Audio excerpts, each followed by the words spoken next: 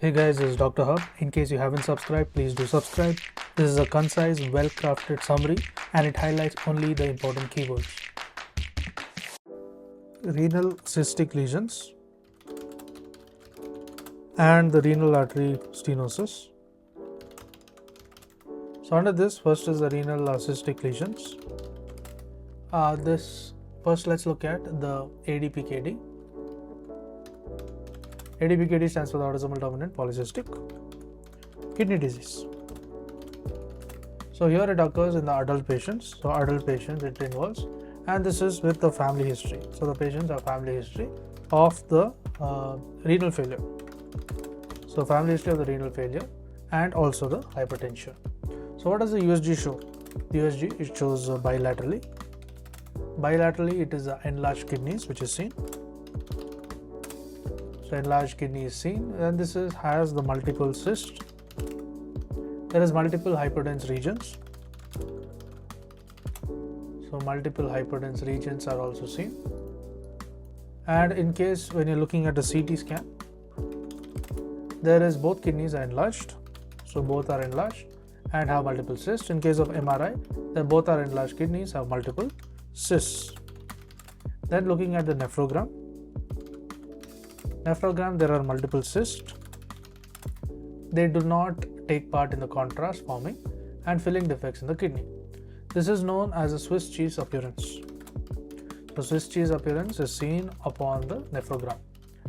So this is an ADPKD. Displaying of the calyces is observed. Displaying of the calyces is observed.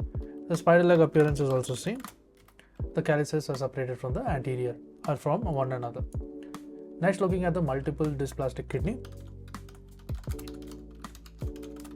So in the multiple dysplastic kidney, it is unilateral, and bilateral is the ADPKD. The USG shows the renal parenchyma, and it is hardly seen, and the multiple cystic spaces it replaces the entire kidney. So in case of IVP, the affected kidney is not seen, and thus it does not opacify. Then moving on to the renal artery stenosis.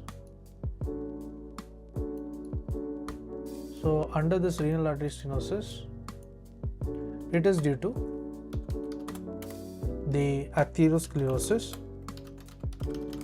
It may be due to the fibromuscular dysplasia. The presentation is there is hypertension and it is without any family history. The first investigation includes a Doppler, followed by CT or the MR angiography, if not visualized adequately. Then the Parvus Stardom waveform. We look for the Parvus Stardust waveform. Then comes the slow and less raising. Then comes the velocity in the intrarenal arteries is decreased. So velocity in the intrarenal arteries, they are decreased.